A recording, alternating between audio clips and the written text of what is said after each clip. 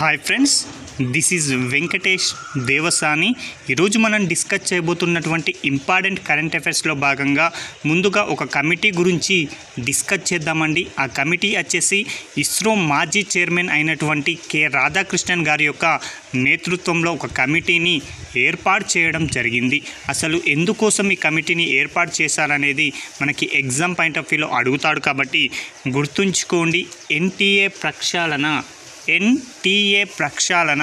అసలు ఎన్టీఏ అంటే national testing agency. ఈ యొక్క నేషనల్ టెస్టింగ్ ఏజెన్సీని ప్రక్షాళించడం కోసమై ఈ యొక్క కె రాధాకృష్ణన్ నేతృత్వంలో కమిటీని ఏర్పాటు చేయడం జరిగింది. ఎందుకోసం అంటే ఇటీవల కాలంలో ఎన్టీఏ సంస్థ నిర్వహించినటువంటి యూజీసీ నెట్, అదేవిధంగా నీట్ ఎగ్జామ్కు సంబంధించి పరీక్షలు ఏవైతే ఉంటాయో ఆ యొక్క పరీక్షా పేపర్లు అనేవి లీకేజ్ కావడం జరిగాయి. దీని వలన ఆ యొక్క నెట్ పరీక్షను రద్దు చేయడం కూడా జరిగింది. కాబట్టి భవిష్యత్తులో ఎన్టీఏను సంస్కరించాలి, లేకపోతే ఎన్టీఏ వలన మరిన్ని తప్పిదాలు అయ్యేటువంటి అవకాశాలు ఉన్నాయి.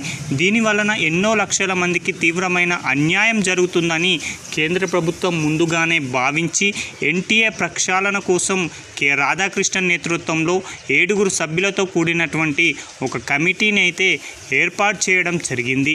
ఈ కమిటీ యొక్క ప్రధాన ఉద్దేశం ఏంటి అంటే ఎన్టీఏను ఏ విధంగా మెరుగుపరచాలి, ఎన్టీఏను ఏ విధంగా ప్రక్షాళన చేయాలి అనే ఉద్దేశం పైన 2 నెలల్లోపు కేంద్ర ప్రభుత్వానికి ఒక నివేదికనైతే సమర్పించబోతుంది.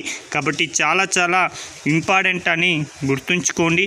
ఏ అంశాలలో నివేదిక ఇస్తుందంటే పరీక్షల ప్రక్రియను ఇంకా ఏ విధంగా పారదర్శకంగా నిర్వహించాలి, ఏ విధంగా ఎన్టీఏను ప్రక్షాళన చేయాలి, ఏ విధంగా ఎన్టీఏ వద్ద ఉన్నటువంటి డేటా సెక్యూరిటీ ప్రోటోకాల్స్ని మెరుగుపరచాలి, అదేవిధంగా ఎన్టీఏ యొక్క నిర్మాణం ఏ విధంగా ఉండాలి, అదేవిధంగా ఎన్టీఏకు సంబంధించిన పని విధానంలో చేపట్టవలసిన మార్పుల గురించి ప్రధానంగా ఈ యొక్క కమిటీ అయితే సిఫారసు చేయబోతుంది. కాబట్టి గుర్తుంచుకోండి, ఎన్టీఏ ప్రక్షాళన కోసం ఎవరి నేతృత్వంలో కమిటీని నియమించింది కేంద్రం అంటే కె రాధాకృష్ణన్ అని గుర్తుంచుకోండి. ఈ కె రాధాకృష్ణన్ ఎవరు అంటే ఇస్రో మాజీ చైర్మన్ అండి. ఇందులో సభ్యులు అంతగానం ఎగ్జామ్ పాయింట్ ఆఫ్ వ్యూలో ఇంపార్టెంట్ కాదు, కానీ ఒకసారి అయితే గుర్తుంచుకుందామండి. అందులో చూసుకున్నట్లయితే సభ్యులు రణదీప్ గులేరియా, బీజే రావు, కె రామమూర్తి, పంకజ్ బన్సాల్, ఆదిత్య మిట్టల్, అదేవిధంగా గోవింద్ జైస్వాల్ అని గుర్తుంచుకోండి. ఇప్పుడు మరొక చట్టం గురించి డిస్కస్ చేయబోతున్నామండి. 2024 సంవత్సరంలో వచ్చినటువంటి చట్టాలలో అత్యంత ఇంపార్టెంట్ ఉన్నటువంటి చట్టం ఏది అంటే the public examination prevention of unfair means act. Just ఇలా గుర్తుంచుకోండి, ది పబ్లిక్ ఎగ్జామినేషన్ యాక్ట్ 2024.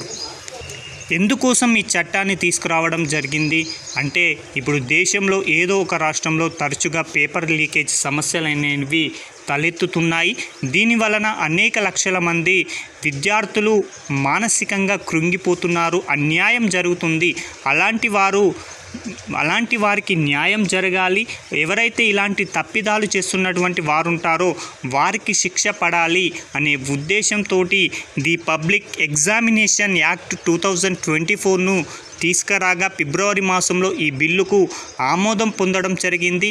అయితే ఈ యొక్క చట్టం వచ్చేసి 2024 జూన్ 21వ తేదీ నుంచి అమల్లోకి రావడం జరుగుతుందని కేంద్ర విద్యాశాఖ మంత్రి అయినటువంటి ధర్మేంద్ర ప్రధాన్ గారు ఇటీవల కాలంలో తెలియచేయడం జరిగింది.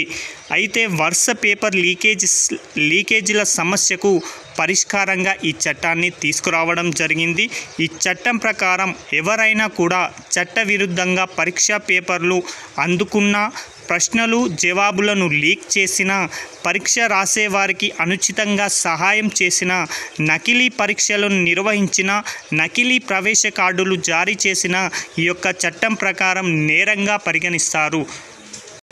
ఎవరైతే పేపర్ లీకేజ్కి కారకులై ఉంటారో వారికి 5 నుంచి 10 సంవత్సరాల వరకు జైలు శిక్ష, అదేవిధంగా 1 కోటి రూపాయల వరకు జరిమానా విధించడానికి ఈ చట్టం అనేది అవకాశం కల్పించిందండి. చాలా చాలా ఇంపార్టెంట్ అండి.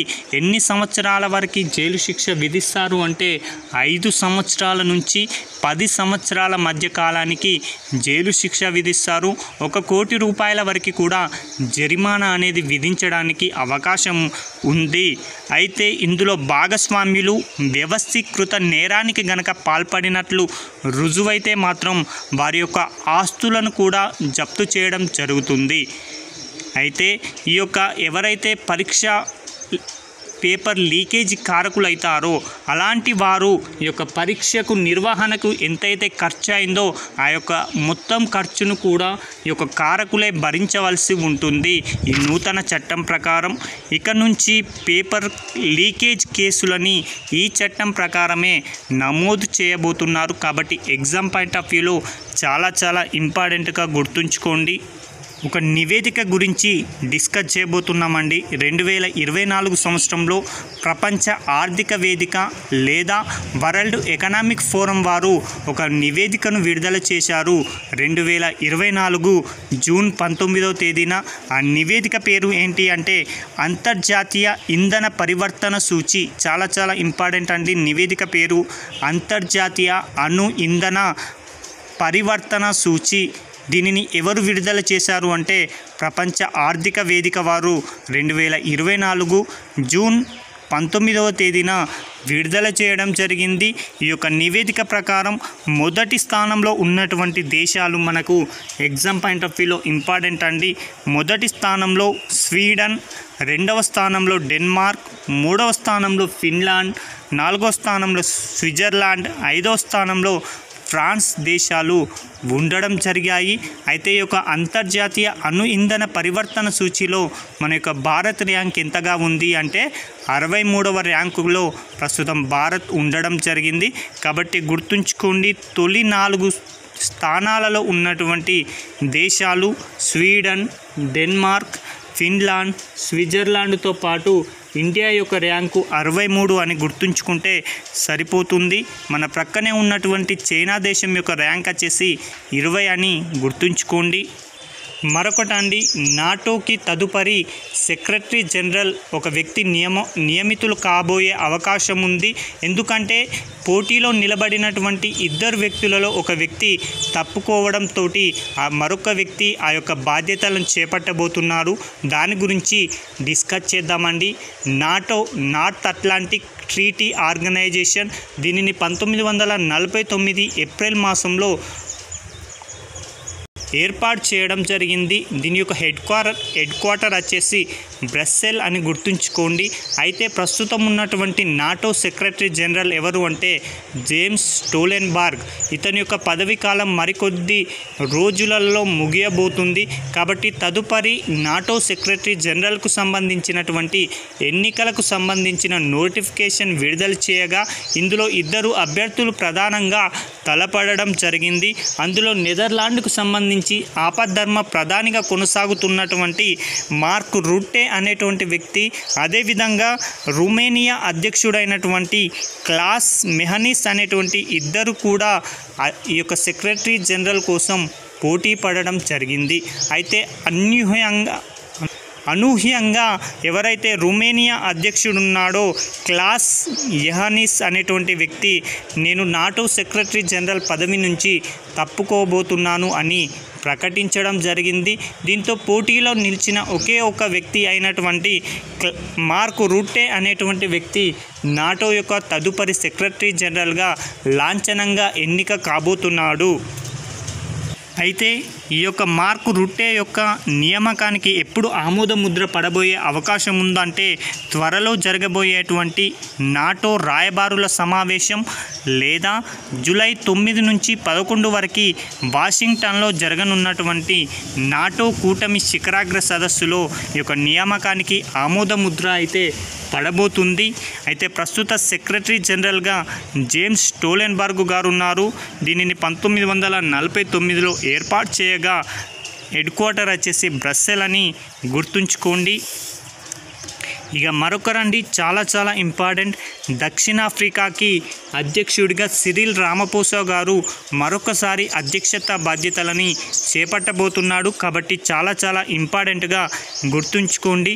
దక్షిణాఫ్రికా అధ్యక్షుడిగా రెండవసారి సిరిల్ రామపోసా 2024 జూన్ మాసంలో ప్రమాణ స్వీకారం చేయడం జరిగింది.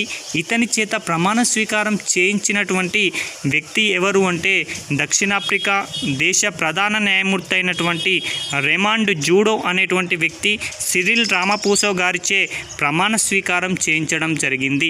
అయితే సిరిల్ రామపోసా దక్షిణాఫ్రికాకి రెండవసారిగా అధ్యక్షుడిగా ఎన్నిక కావడం జరిగింది. కాబట్టి గుర్తుంచుకోండి, ఎందుకంటే ఇతడు వార్తల్లో నిలిచారు. 4 దేశాల ప్రధానులను ఒకవైపు లేదా 4 దేశాల అధ్యక్షులని ఒకవైపు ఇచ్చి మరొక వైపు వారి దేశాలను ఇచ్చి జతపరచండి అని అడగడానికి అవకాశం ఉంది. కాబట్టి గుర్తుంచుకోండి. అయితే ఇటీవల దక్షిణాఫ్రికాలో జరిగిన ఎన్నికల్లో రామపోసా నేతృత్వంలో ఉన్నటువంటి African national Congress ANC majority సాధించడంలో 30 ఏళ్లలో తొలిసారి విఫలమైంది. ఎవరైతే అధ్యక్షత బాధ్యతలు చేపట్టాలో ఆ యొక్క పార్టీకి సంబంధించి మెజార్టీ ఉంటుంది. అలాంటి మెజార్టీని ఈ యొక్క ANC పార్టీ అనేది సాధించకపోవడంతో మరొక పార్టీతో కలిసి సంకీర్ణ ప్రభుత్వాన్ని అయితే ఏర్పాటు చేయడం జరిగింది. అయితే ఏ పార్టీతోటి కలిసి సంకీర్ణ ప్రభుత్వాన్ని ఏర్పాటు చేసిందంటే డెమోక్రటిక్ అలయన్స్ DA సహకారంతో రామపోసా సంకీర్ణ సర్కార్ను అయితే ఏర్పాటు చేయడం జరిగింది. ఈ యొక్క ఎన్నికల్లో ఆఫ్రికన్ నేషనల్ కాంగ్రెస్ 40% ఓట్లను మాత్రమే సాధించింది. దీంతో DA పార్టీ యొక్క సహకారాన్ని తీసుకుంది. DA పార్టీ 22% ఓట్లను సాధించడంతో ఈ రెండు పార్టీలు కలిపి దక్షిణాఫ్రికాలో ప్రభుత్వాన్ని అయితే ఏర్పాటు చేయడం జరిగింది. కాబట్టి ఎగ్జామ్ పాయింట్ ఆఫ్ వ్యూలో చాలా ఇంపార్టెంట్ అండి. ఇవండి ఈ రోజుకు సంబంధించిన ముఖ్యమైన కరెంట్ అఫైర్స్. Thank you.